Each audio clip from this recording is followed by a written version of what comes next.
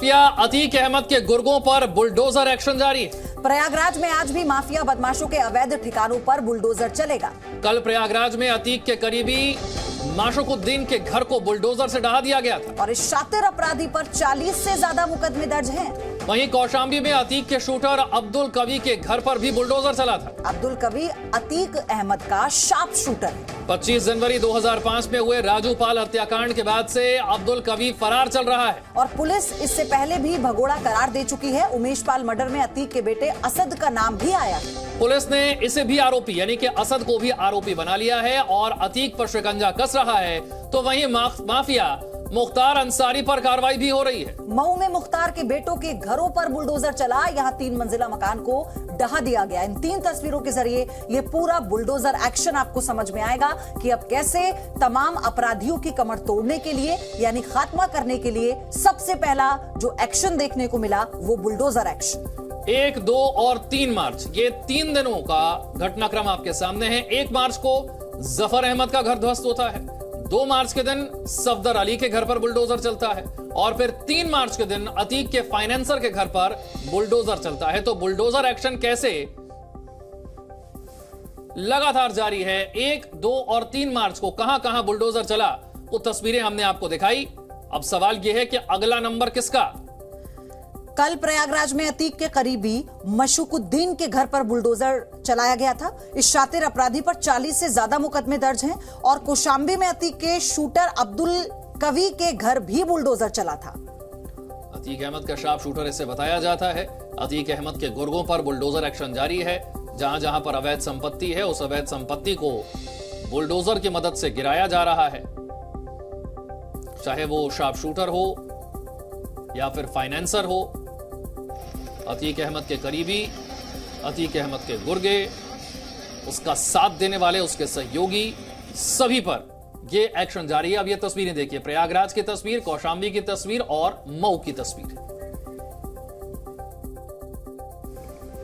प्रयागराज में उमेश पाल हत्याकांड के बाद अब इस मामले से जुड़े सभी आरोपियों पर एक्शन लिया जा रहा है। अतीक अहमद के करीबियों के अवैध ठिकाने जमींदोज किए जा रहे हैं। प्रयागराज में अतीक के करीबी माशुकुद्दीन के घर को बुलडोजर से ढहा दिया गया। इस शातिर अपराधी पर 40 से ज्यादा मुकदमे दर्ज हैं। वहीं कौशाम्बी में अतीक के शूटर अब्दुल कवी के घर भी बुलडोजर चला। अब्दुल कवी अतीक अहमद का शार्प शूटर है। 25 जनवरी 2005 में हुए राजूपाल हत्याकांड के बाद से अब्दुल कवी फरार चल रहा है। पुलिस इसे पहले ही भगोड़ा करार दे चुकी है। उमेश पाल मर्डर में अतीक के बेटे असद का नाम भी आया है। पुलिस ने इसे भी आरोपी बनाया है। सीएम योगी के एक्शन से अतीक अहमद की पत्नी दहशत में है। उसकी पत्नी ने हाईकोर्ट का दरवाजा खटखटाया है। अतीक की पत्नी का आरोप है कि उसके 2 बेटों को पुलिस ने घर से उठाया है। एक तरफ अतीक पर जहां शिकंजा कस रहा है तो वहीं माफिया मुख्तार अंसारी पर कार्रवाई की जा रही है। मऊ में मुख्तार के बेटों के घरों पर बुलडोजर चला। यहाँ 3 मंजिला मकान को ढहा दिया गया। और हमारे सहयोगी प्रमोद शर्मा हमारे साथ लाइव जुड़ चुके हैं जो लगातार इस बड़ी खबर पर बने हैं। प्रमोद, सीधा सवाल ये कि आज बुलडोजर एक्शन कहां और किस पर?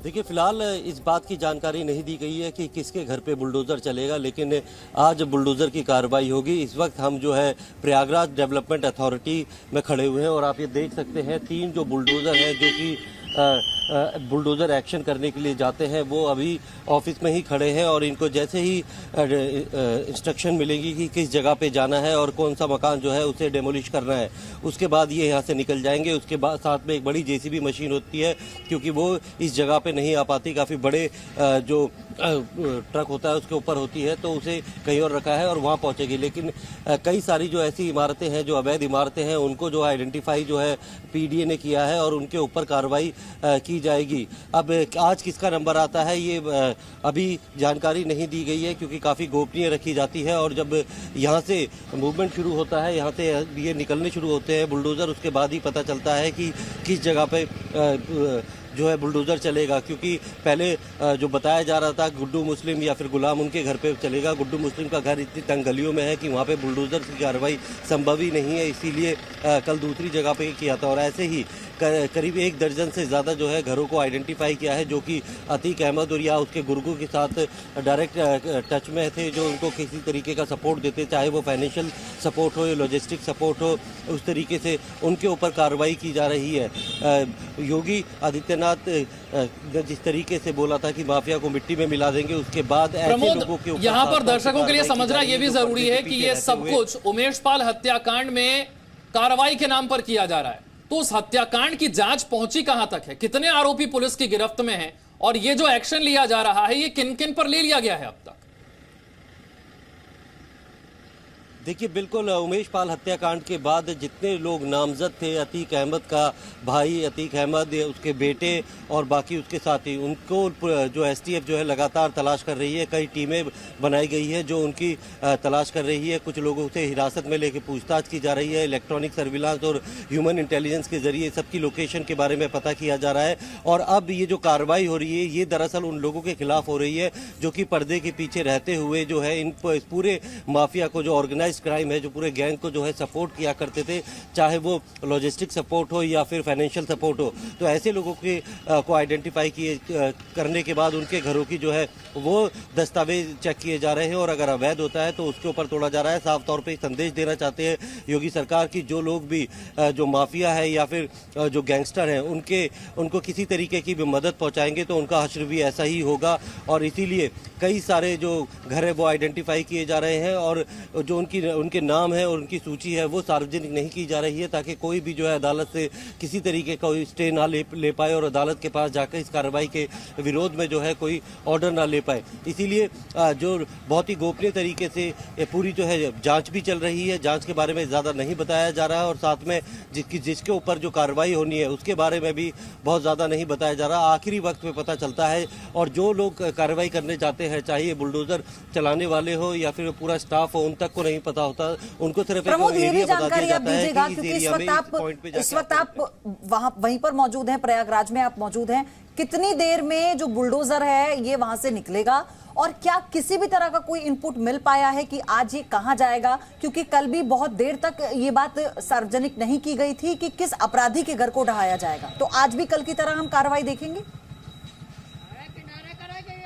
देखिए, बिल्कुल आज भी जो है ये थोड़ा लेट से ही यहाँ से बुलडोज़र निकलेंगे, क्योंकि अगर 11 बजे का समय होता तो बुलडोज़र इससे पहले जो है यहाँ से निकल के इसके अंदर जो है फ्यूल वगैरह जो डलवाना होता है वो डलवा के आ जाते हैं। लेकिन अभी तक ये बुलडोज़र यहाँ से नहीं हटे हैं। जैसे ही आदेश मिलेंगे कि किस तरफ जाना है तो उसके बाद जो है हलचल शुरू होगी, और ये सारे बुलडोज़र जो है इसके अंदर फ्यूल डलवाया जाएगा, और उसके बाद उस लोकेशन की तरफ चले जाएंगे जहाँ के बारे में इनको बताया जाएगा। आज किसके घर पर जो कार्रवाई होगी, किसका घर ढहाया जाएगा, इसके बारे में जो है जानकारी अभी फिलहाल नहीं मिल पाई है। लेकिन बताया जा रहा है कि 12 बजे के बाद ही जो है आज भी कोई बुलडोज़र एक्शन देखने को मिलेगा, लेकिन वो किस जगह पे होगा, क्योंकि चकेरी इलाका है उसके बारे में भी बताया जा रहा है, वहाँ पे ये एक्शन होगा या किसी दूसरी जगह पे होगा। क्योंकि कल जिस तरीके से हमने देखा था माशुकुद्दीन के जो समधी है नावेद उर्फ नौशाद, उनके घर पे ये जो बुलडोज़र की कार्रवाई हुई थी उसके बारे में किसी को नहीं पता था, क्योंकि पुलिस की जांच में ये सामने आया था कि वो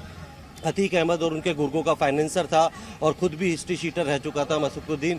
उसके समधी के घर पे जो है वो कार्रवाई की गई थी, और ये घर जो है वो क्राइम के पैसों से ही बनाया गया था। तो ऐसे ही काफ़ी सारे लोगों को जो है वो पुलिस ने आइडेंटिफाई किया है। उसके बारे में पूरी जानकारी जो है प्रयागराज विकास प्राधिकरण को दी गई है। उनके घरों के दस्तावेज जो है वो चेक किए गए हैं, और जिन जिन के दस्तावेज अवैध है या फिर जिन्होंने नक्शा पास नहीं कराया है उनके ऊपर कार्रवाई की जाएगी। तो फिलहाल हम ठीक उसी जगह पे मौजूद हैं, प्रयागराज जो विकास प्राधिकरण है जहाँ पे ये बुलडोज़र खड़े हुए हैं, और जैसे ही इनको आदेश मिलेगा ये यहाँ से उस लोकेशन की तरफ कूच कर जाएंगे, और उसके बाद जो है बुलडोज़र एक्शन देखने को मिलेगा। लेकिन वो जगह कौन सी है, वो घर किसका है, इसके बारे में पूरी तरीके से सीक्रेट। चलिए, तो आज बुलडोज़र चलेगा या नहीं चलेगा इसे लेकर अभी कोई जानकारी नहीं है, और अगर चला भी तो कहां पर एक्शन होगा ये बताया नहीं जाता है पहले से, जैसा कि प्रमोद बता रहे हैं। बहुत बहुत शुक्रिया। Zee News।